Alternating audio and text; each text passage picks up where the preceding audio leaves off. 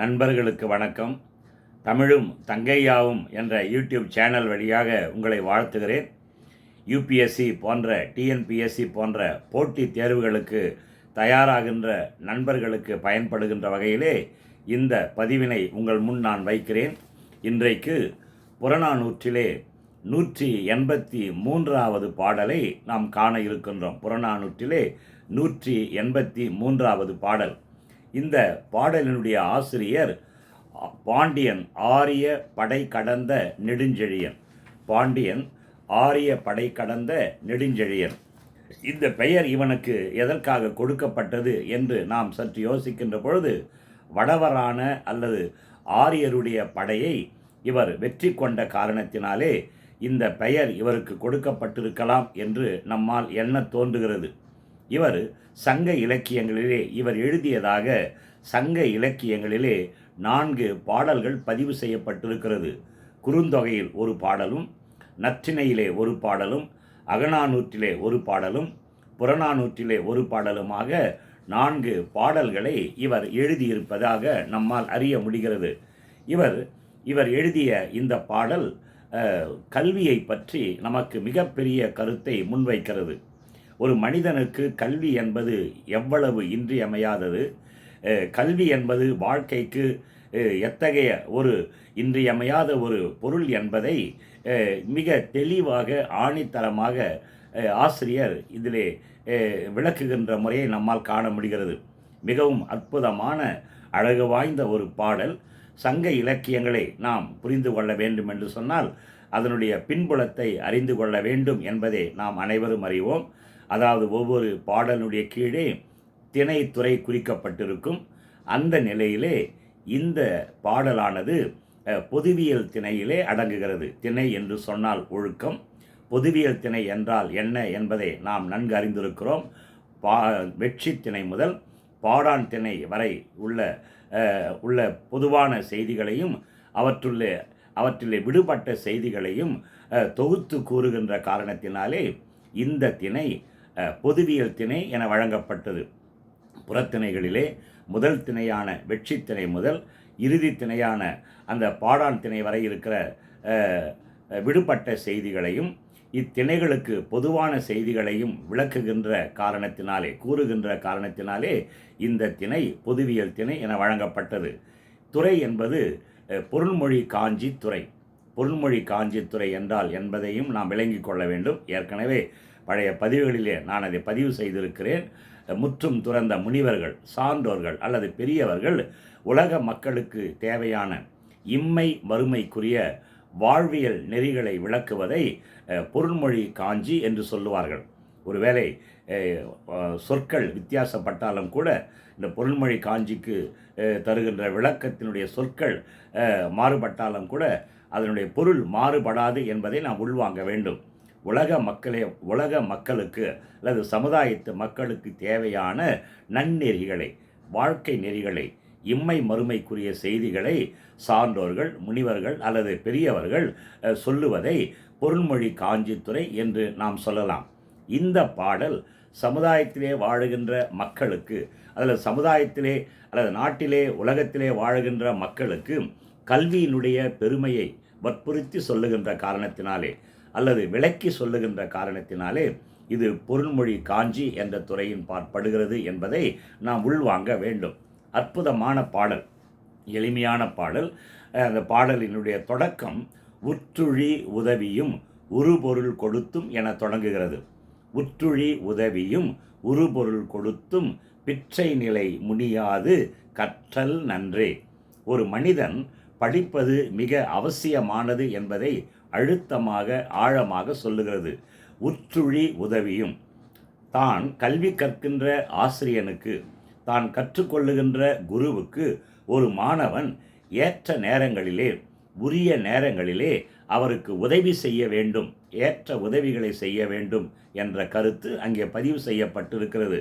அதாவது பழங்காலத்திலே குருகுல கல்வி முறை தான் இருந்தது. பண்டை தமிழகத்திலே குருகுல கல்வி முறை இருந்தது. குரு என்று சொன்னால் ஆசிரியர். இப்பொழுது இருப்பது போல பள்ளிக்கூடங்களோ கல்லூரிகளோ அக்காலத்திலே கிடையாது. குரு ஒரு ஊரிலே சமுதாயத்திலே குரு என்ற அந்தஸ்திலே ஒருவர் இருப்பார். தன்னுடைய பிள்ளைகள் கல்வியை கற்க வேண்டும் என்று பெற்றோர்கள் நினைத்தால் அந்த குருவினுடைய இல்லத்திலே கொண்டு போய் இந்த குழந்தையை விட்டு விடுவார்கள். அந்த குழந்தை அந்த குருவோடவே வளரத் தொடங்கும். அவர் படுத்தால் படுத்துக்கொள்ளும், அவர் உறங்குகின்ற நேரத்திலே உறங்கும், அவர் எழுகின்ற நேரத்திலே பிள்ளை எழுந்து கொள்ளும், அவருக்கு தேவையான உதவிகளை செய்யும். இதை தான் இங்கே உற்றுழி உதவியும் என்ற கருத்து பதிவு செய்யப்படுகிறது. அவருக்கு தேவையான பணிவிடைகளை செய்து அவரோடு இருந்து அவர் கற்றுத்தருகிற கலைகளை, வித்தைகளை, கல்வியை இந்த குழந்தை, இந்த மாணவன் பெற்றுக்கொள்ள வேண்டும். இந்த குருவினுடைய இல்லத்திலே அதிகமான பிள்ளைகள் சேர்ந்த காரணத்தினாலே, அந்த வீட்டிலே, குருவினுடைய வீட்டிலே இடம் போதாத காரணத்தினாலே அந்த குரு என்ன செய்கிறார், வீட்டில் இருக்கிற அந்த பிள்ளைகளை தன் வீட்டு திண்ணையிலே வைத்து அமர செய்து பாடம் சொல்லி கொடுக்கிறார். அந்த நிலையை தான் நாம் திண்ணை பள்ளிக்கூடம் என்று சொல்லுகிறோம். அந்த பள்ளிக்கூடத்தின் வரலாறை நாம் பார்க்கின்ற பொழுது இதை நம்மால் புரிந்து கொள்ள முடியும். அதிகமான பிள்ளைகள் குருவினுடைய வீட்டிலே சீடர்களாக அமர்ந்து விட்ட காரணத்தினாலே, இல்லத்திலே வீட்டிலே இடம் போதாத காரணத்தினாலே பிள்ளைகளை அவர் திண்ணையிலே அமர செய்து பாடம் சொல்லி கொடுக்கிறார். இந்த முறையை தான் நாம் திண்ணை பள்ளிக்கூடம் என்று சொல்லுகிறோம். காலப்போக்கிலே இந்த திண்ணையிலேயும் இடம் போதாத காரணத்தினால குரு பார்க்கிறார் சுற்றுமுற்றும் தன் வீட்டின் முன்னர் இருக்கின்ற மரத்தின் கீழே அந்த பிள்ளைகளை கொண்டு வந்து பிள்ளைகளாக அமர்ந்து அந்த மரத்தடியிலே அமர்ந்து பிள்ளைகளுக்கு பாடம் சொல்லி கொடுக்கிறார். இதை மரத்தடி பள்ளிக்கூடம் என்று கூட சொல்லுவார்கள். நாம் பல நூல்களை புரட்டி பார்க்கின்ற பொழுது இந்த கருத்து பதிவு செய்யப்பட்டிருக்கிறது. மரத்தின் கீழே அமர்ந்து அந்த மணலிலே விரலாலே எழுதி பிள்ளைகள் பாடத்தை கற்றுக்கொள்ளுகின்ற ஒரு சூழல் அக்காலத்தில் இருந்தது. இந்த காலகட்டத்திலே தான் ஆங்கிலேயருடைய வருகை இந்தியாவிலே, தமிழகத்திலே கால் ஊன்ற தொடங்கியது.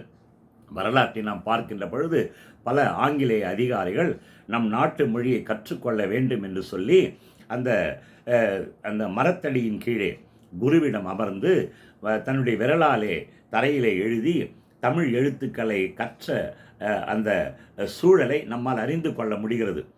அதன் பின்னர் தான் அவர்கள் ஆங்கிலேயருடைய ஆட்சிக்கு பின்னர், ஆங்கிலேயருடைய வருகைக்கு பின்னர் தான் இந்த மரத்தடியிலிருந்த அந்த பள்ளிக்கூடமானது அந்த கட்டிடங்களுக்கு மாறுகிறது. வகுப்பறை, கரும்பலகை, சாக்கு கட்டி, அதாவது classroom, blackboard, chalk piece, bench, desk, கோட்டலி, ஆஃபலி எக்ஸட்ரா. இந்த முறை பின்னாளிலே வளர்ந்த ஒரு முறை என்று சொல்லலாம். இந்த கருத்தை நாம் உள்வாங்கிக் கொண்டால், இப்பொழுது நான் சொன்ன அந்த பள்ளிக்கூடத்தினுடைய வளர்ச்சி நிலையை நாம் மனதில் இருத்தி கொண்டால், இந்த பாடலில் இருக்கிற அந்த 2 வரிகளுக்கு தெளிவான பொருள் நமக்கு விளங்கிவிடும். உற்றுழி உதவியும். ஒரு மாணவன் ஒரு ஆசிரியரிடம், ஒரு குருவினிடத்தில் இருக்கின்ற பொழுது அவரோடு இருந்து அவருக்கு தேவையான பணிவிடைகளை செய்து, ஏற்ற நேரத்திலே அவருக்கு உதவிகளை செய்து, பொருள் கொடுத்து அவருக்கு தேவையான பொருளை, தேவைக்கு அதிகமான, என்று சொன்னால் அதிகம், மிக அதிகமான பொருளை அவருக்கு காணிக்கையாக கொடுக்க வேண்டும். ஏனென்று சொன்னால் பழங்காலத்தில் அந்த பணப்புழக்கம் என்பது மிகவும் குறைவு. பண்டமாற்று முறை தான் அக்காலத்தில் அதிகமாக இருந்தது. அந்த குருவினுடைய இல்லத்திலே படிக்கின்ற பிள்ளைகள், ஒருவேளை அவர் விவசாயியாக இருந்தால் தன் வீட்டிலே விளைகின்ற நெல்லை, அரிசியை கொண்டு சென்று அந்த கற்றுக்கொள்வதற்கு காணிக்கையாக குருவுக்கு வழங்குவார்கள். ஒருவேளை ஒரு விறகு வெட்டியினுடைய மகனாக இருந்தால் அந்த விறகு வெட்டியினுடைய பெற்றோர்கள் தன் பிள்ளை கற்றுக்கொள்வதற்கு காணிக்கையாக, நாம் பீஸ் என்று சொல்லுகிறோம் அல்லவா, தன் வீட்டில் இருக்கிற விறகுகளை கொண்டு சென்று குருவினுடைய வீட்டிலே போடுவார். இப்படி எந்தெந்த பிள்ளை எந்த பின்புலத்தை கொண்டிருக்கிறதோ, எது அவர்களுக்கு வாழ்வாதாரமாக இருக்கிறதோ அந்த பொருளை குருவினுடைய இல்லத்திலே சென்று குவிப்பது வழக்கம். இதுதான் குருவுக்கு வருமானம்.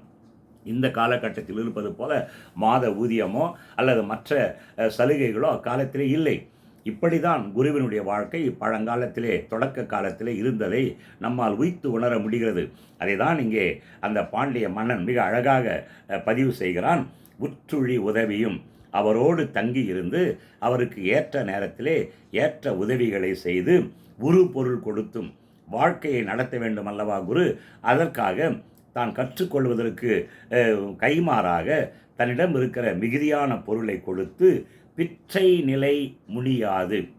பிற்றை நிலை என்று சொன்னால் ஒரு வணக்கமான நிலை, ஒரு பணிந்த நிலை, வழிபடுகின்ற நிலை என்று சொல்லலாம். வழிபடுகின்ற நிலை, அதாவது திருக்குறள் கூட ஒரு இடத்திலே சொல்லுகிறது, மிக அழகான ஒரு குறள், 395 என்று நினைக்கிறேன். உடையார் முன் இல்லார் போல் ஏக்கற்றும் கற்றார் கடையரே கல்லாதவர்.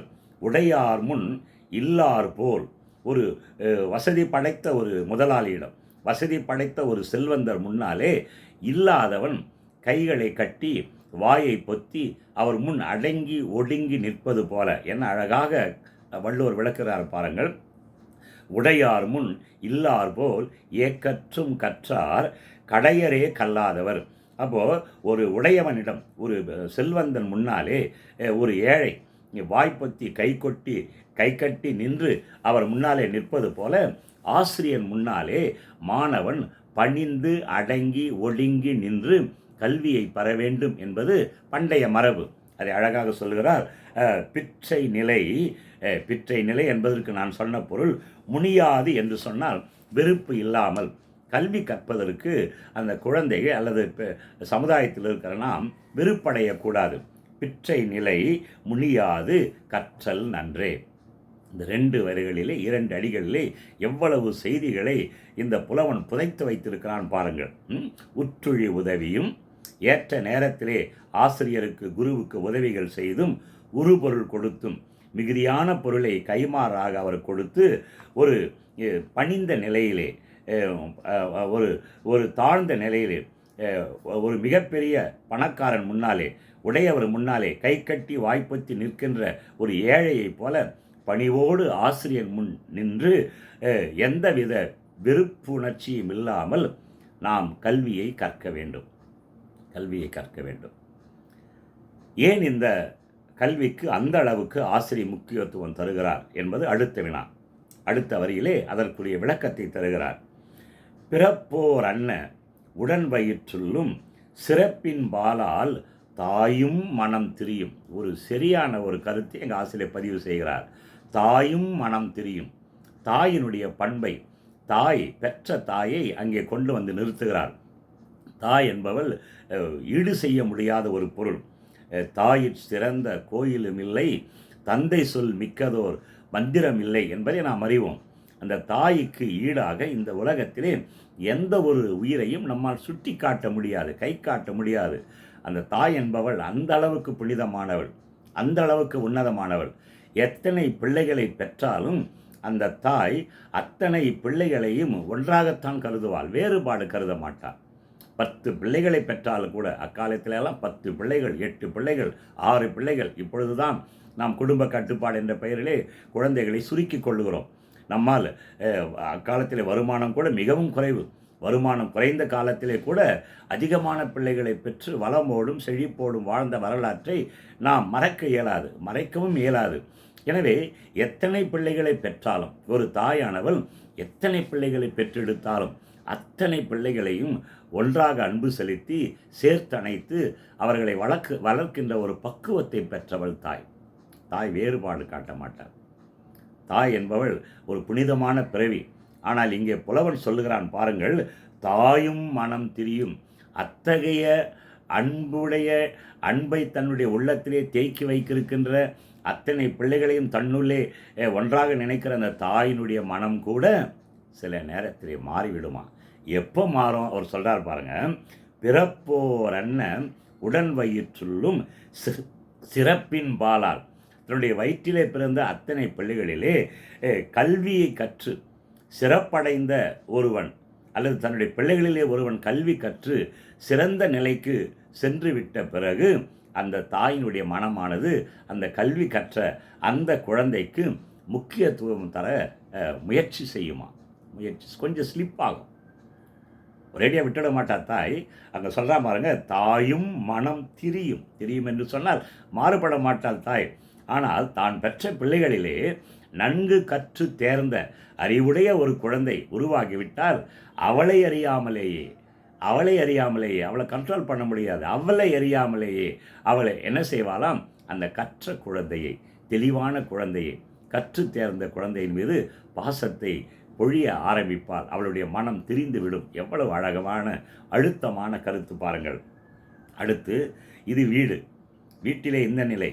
நாட்டிலே பாருங்கள், வீட்டிலேயும் சரி நாட்டிலேயும் சரி கற்றவனுக்கு இருக்கிற மரியாதை இங்கே முத்திரை பதித்தார் போல ஆசிரியர் வெளிப்படுத்துகிறார். இது வீடு. நாட்டில் பாருங்கள், ஒரு குடி பிறந்த பல்லோருள்ளும் மூத்தோன் வருக எண்ணாது அவருள் அறிவுடையோன் 6 அரசும் செல்லும். மூத்தோன், நம்முடைய தமிழகத்திலே மூத்தவர்களுக்கு ஒரு மரியாதை உண்டு. மூத்த பிள்ளைகளுக்கு, குடும்பத்திலே மூத்த பிள்ளைகளுக்கு மரியாதை உண்டு. மூத்தவர்களுக்கு மரியாதை. அண்ணன் சொல்லதை கேளுடா, அவன் சொல்லதை கேளு. குடும்பத்தில் நாம் சொல்லுவோம், அவன் பெரியவன்ல, அவனை பாரு, அவன் சொல்கிறத கேளு என்று நாம் பேச்சு வழக்கிலே நம் குடும்பங்களில் இருக்கிற அந்த நடைமுறை வழக்கத்தை நம்மால் மறக்க முடியாது. ஆனால் சில நேரங்களிலே இந்த நிலை மாறிவிடுமாம். அழகாக சொல்கிறா பாருங்க, ஒரு குடி பிறந்த பல்லோருள்ளும், ஒரு குடும்பத்திலே அல்லது ஒரு குடும்பத்திலே, ஒரு சமுதாயத்திலே பிறந்த பலருள்ளும், பல நிலைகளிலேயும் மூத்தவன் என்ற ஒரு காரணத்திற்காக, அவன் மூத்த மகன் என்ற ஒரு காரணத்துக்காக, முதலிலே பிறந்தவன் என்பதற்காக அவனுக்கு மரியாதை செலுத்தாமல் அவருள் அறிவுடையோன் 6 அரசும் செல்லும். அறிவுடைய ஒருவன் அந்த குடும்பத்திலே, அந்த குடியிலே தோன்றிவிட்டால், அந்த குடும்பத்திலே அவன் தோன்றிவிட்டால், அவன் பெற்ற கல்வியின் சிறப்பின் காரணமாக அந்த கற்றவனையே அழைத்து அரசும் மரியாதை செய்யும். அரசன் கூட அவனுடைய சொல்லை கேட்டு நாட்டை நடத்த முயற்சி செய்வான் என்பது இந்த இடத்திலே பதிவு செய்யப்பட்டிருக்கிறது. கல்வி தகுதி பற்றி, அவன் பெற்ற கல்வியினுடைய வளத்தை அடிப்படையாக கொண்டு, அவனிடம் இருக்கிற கல்வி அறிவை மையமாக கொண்டு அரசன் கூட அவன் சொல்லை கேட்டு, அறிவுரை கேட்டு ஆட்சி நடத்த முற்படுவானாம். வயது அங்கே முக்கியமில்லை, பிள்ளைகள் பெற்றிருக்கிற அறிவுதான் முக்கியம் என்பதை இங்கே ஆசிரியர் பதிவு செய்கிறார். ஒரு குடி பிறந்த பல்லோருள்ளும் மூத்தோன் வருக எண்ணாது. இங்கே ஒரு பொடி வைக்கிறார். மூத்தவர்களை மதிக்கின்ற நாடு நம்முடைய நாடு. மூத்த பிள்ளைகளுக்கு கௌரவம் தருகின்ற நாடு நம்முடைய நாடு. பெரியவர் சொல்ல கேளு அப்படின்னு சொல்லி மரியாதை செய்கிற நாடு. இந்த நிலை கூட, இந்த பழக்கம் கூட, இந்த வழக்கம் கூட, இந்த பண்பாடு கூட உடையும் என்பதை காட்டுகிறார்.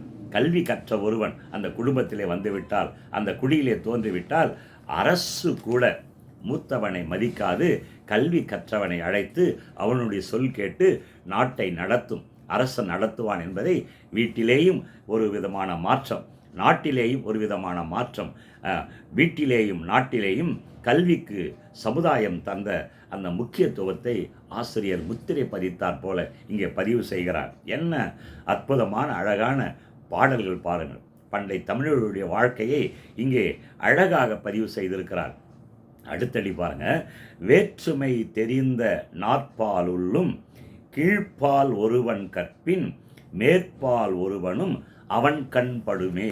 இந்த அடிகளுக்கு சில ஆசிரியர்கள் அல்லது உரை சொல்லுகிறவர்கள் வர்ணாசிரம தர்மத்தை கொண்டு வந்து இங்கே நுழைக்க முயற்சி செய்வார்கள்.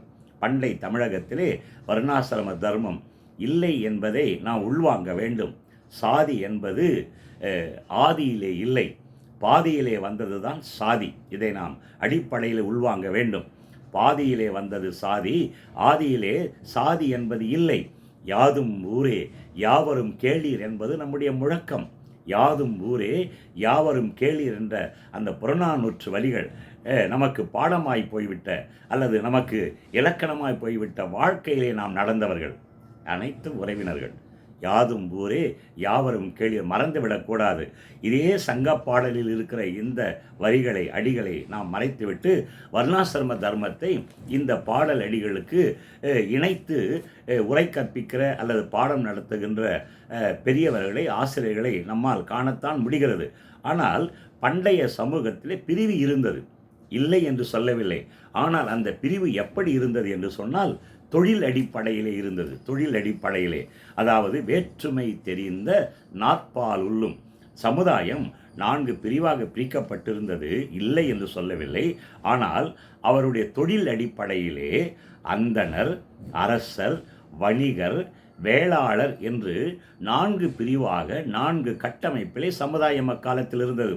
அந்தணர்கள், அரசர்கள், வணிகர், வேளாளர் என்ற முறையில் இருந்த இந்த கட்டமைப்பிலே வேற்றுமை தெரிந்த நாற்பாலுள்ளும் கீழ்ப்பால் ஒருவன் கற்பின். கீழ்நிலையிலே அந்த 2வது கட்டத்திலே அல்லது 3வது கட்டத்தில் இருக்கிற ஒருவன் படித்தாலும் கூட மேற்பால் இருக்கிற ஒருவன் அரசன் கூட, ஒருவேளை அரசனுக்கு கீழே இருக்கிற வணிகர் குலத்திலோ அல்லது வேளாளர் குலத்திலோ ஒருவன் கற்று தேர்ந்து விட்டால் 2ஆம் நிலையில் இருக்கிற அரசன் கீழிறங்கி வந்து கற்றவனை கௌரவப்படுத்துவான், கற்றவர்களிடம் பணிந்து நின்று அவனுடைய ஆலோசனைகளை கேட்பான் என்பது இந்த அடிகள் தருகின்ற விளக்கம் என்பதை நாம் உள்வாங்க வேண்டும். வேற்றுமை தெரிந்த நாற்பாலுள்ளும் கீழ்ப்பால் ஒருவன் கற்பின் மேற்பால் ஒருவன் அவன் கண் படுமே. என்ன அற்புதமான ஒரு கருத்துக்களை ஆசிரியர் இங்கே பதிவு செய்கிறார் பாருங்கள். அதிவீர ராம பாண்டியன் தன்னுடைய வெற்றி வேட்கை என்ற நூலிலே 40வது பாடல் என்று நினைக்கிறேன், அறிவுடைய ஒருவனை அரசனும் விரும்பும் என்று சொல்லுகிறார். அந்த அதிவீரராம பாண்டியருடைய வெற்றி வேட்கையிலே இருக்கிற பாடல் வழி, அறிவுடைய அரசனை, அறிவுடைய ஒருவனை அரசனும் விரும்பும் என்பது இதற்கு நமக்கு அணி சேர்க்கின்ற ஒரு செய்தியாக நமக்கு இருக்கிறது. அதே போல் அந்த மூத்தோனை, ஒரு குடியிலே பிறந்தவன் மூத்தவனாக இருந்தாலும் அவனுடைய கூற்றை எடுக்காமல் அல்லது அவனுடைய சொல்லை உள்வாங்காமல் கற்றவனுடைய சொல்லை உள்வாங்கி, அறிவுரையை உள்வாங்கி அரசன் நடத்துவான் என்பதற்கு கூட மற்றொரு பாடலை சான்று காட்டலாம். அதாவது, கல்லாது மூத்தானை கைவிட்டு கற்றான் இளமை பாராட்டும் உலகு என்ற பாடலடி நான்மணி கடிகை 65வது பாடல் சொல்லுகிறது. கல்லாது மூத்தானை கைவிட்டு, ஒரு மூத்தவன் ஒருவன் கல்லாமல் இருந்து விட்டால் அவனை தள்ளிவிட்டு, அவனை ஒதுக்கிவிட்டு கற்றான் இளமை பாராட்டும் உலகு, கற்ற ஒரே காரணத்தினாலே இளையவனை பாராட்டுகின்ற சமுதாயம் நம்முடைய தமிழ் சமுதாயம் என்பதை தெளிவாக பாடல்கள் காட்டுகிறது. மற்றொரு பாடலை கூட உங்களுடைய பார்வைக்கு நான் கொண்டு வர விரும்புகிறேன். ஔவையார் பாடிய பாடல் மூதுரையில் 26 என்று நான் நினைக்கிறேன். மன்னனும் மாசர கற்றோனும் சீர்தூக்கின் மன்னனின் கற்றோன் சிறப்புடையான். என்ன அழகான கருத்து பாருங்க. மன்னனும் மாசர கற்றோனும், மாசு என்று கொண்டால் குற்றம், ஒரு மன்னனையும் குற்றமில்லாமல் கற்றவனையும் நாம் சீர்தூக்கி, குற்றம் என்று சொன்னால் தவறு, படிக்கணும், படிக்கிறத தப்பு இல்லாமல் படிக்கணும், படிக்கிறது மட்டும் போதாது. அதை வள்ளுவர் கூட அழகாக சொல்லுவார், கற்க கசடு அற கற்பவை கற்றபின் நிற்க அதற்கு தக. கா கா கா பாருங்க, கற்க கசடற கற்பவை கற்றபின் நிற்க அதற்கு தக. இந்த முதல் எழுத்தெல்லாம் ஒன்றா வருது பாருங்க. கற்க கசடற கற்பவை கற்றபின், இதான ஒரு அழகு. முதல் எழுத்து ஒன்றி வந்தால் மோனை. எனவே கற்க கசடற கற்பவை, கசடு என்று சொன்னால் குற்றம், தவறு. நாம் படிப்பவற்றை தவறில்லாமல் படிக்க வேண்டும். கற்க கசடற, படித்தா மட்டும் போதாது, படித்து விட்டால் மட்டும் போதாது இல்லைங்களா. கற்பவை கற்றபின் நிற்க அதற்கு தக, நாம் படித்து முடித்து விட்ட பிறகு நாம் படித்தவன் போல நடந்து கொள்ள வேண்டும், கற்றவனை போல சமுதாயத்தில் நடந்து கொள்ள வேண்டும். அப்பொழுதுதான் சமுதாயம் சீர்படும். என்ன அழகான கருத்து பாருங்க. வள்ளுவர் இந்த கல்வியை பற்றி நிறைய சொல்லின்னு போறாரு இல்லைங்களா. கற்க கசடற கற்பவை கற்றபின் நிற்க அதற்கு தக. திரும்ப அங்கே வாங்க, ஔவையார் பாட்டுக்கு வாங்க. மன்னனும் மாசர கற்றோனும், ஒரு அரசனையும், மாசு என்று சொன்னால் குற்றம், தப்பு இல்லாமல் படிக்கணும், தவறில்லாமல் படிக்க வேண்டும். மன்னனும் மாசர கற்றோனும் சீர்தூக்கி, அந்த இருவரையும் நாம் சீர்தூக்கி ஒரு தராசு தட்டிலே வைத்து பார்க்கின்ற பொழுது மன்னனில் கற்றோன் சிறப்புடையான். இந்த மன்னனை காட்டிலும் அரசனை காட்டிலும் உனக்கு அரண்மனைகள் இருக்கலாம், ஆடம்பரங்கள் இருக்கலாம், அலுவலர்கள் இருக்கலாம், அதிகாரம் கொண்டவனாய் இருக்கலாம், இருந்தாலும் கூட உன்னுடைய அரண்மனையும் அதிகாரமும் அந்தஸ்தும் கூட இந்த கற்றவனுக்கு முன்னாலே அடிபட்டு போகும் என்பதை அந்த ஔவையார் என்ன அழகாக பதிவு செய்திருக்கிறார் பாருங்கள். மன்னனும் மாசர கற்றோனும் சீர்தூக்கின் மன்னனின் கற்றோன் சிறப்புடையன். அச்சா பாருங்க அடியவன். மன்னர்க்கு, ஏன் மன்னர்க்கு தந்தேசம் அல்லால் சிறப்பில்லை. அந்த மன்னன் குண்டு செட்டியில் தான் குதிரை ஓட்டுவான், உள்ளூரில் தான் அவனுக்கு தெரியும், அந்த நாட்டுக்கு தான் அவன் அதிகாரி, அந்த நாட்டுக்கு தான் அவன் சொந்தக்காரன். இல்லை வெளியில் போனால் அவன் யார் என்று தெரியாது, அட்ரஸ் இல்லாதவன் மாதிரி தான். இல்லைங்களா? நம்மளா சொன்னாதான் நான் இந்த நாட்டு அரசன் வந்திருக்கிறேன்னு சொல்லி இந்த நாட்டுக்குள் நுழைந்தால்தான் மன்னர்க்கு தந்தேசமல்லால் சிறப்பில்லை கற்றோர்க்கு சென்றமிடமெல்லாம் சிறப்பு.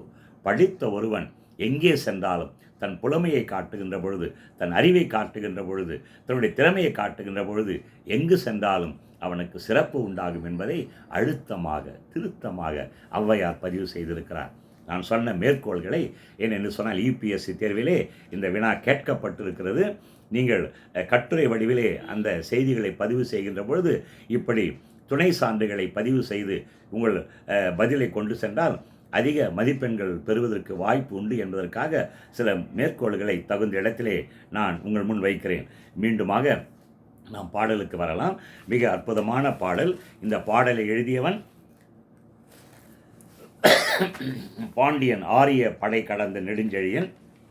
இது திணை பொதுவியல் திணை, துறை பொருண்மொழி காஞ்சி.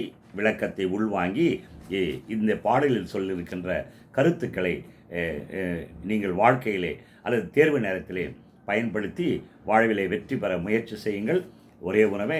ஒரே ஒரு முறை இந்த பாடலை நான் படித்து காட்டுகிறேன். உற்றுழி உதவியும் உருபொருள் கொடுத்தும் பிச்சை நிலை முனியாது கற்றல் நன்றே. பிறப்போர் அண்ணன் உடன் வயிற்றுள்ளும் சிறப்பின் வாளால் தாயும் மனம் திரியும்.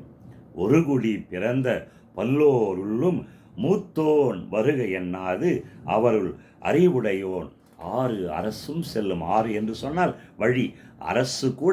அரசன் கூட அவனுடைய வழியிலே, கற்றவனுடைய வழியிலே தான் செல்லுவான்.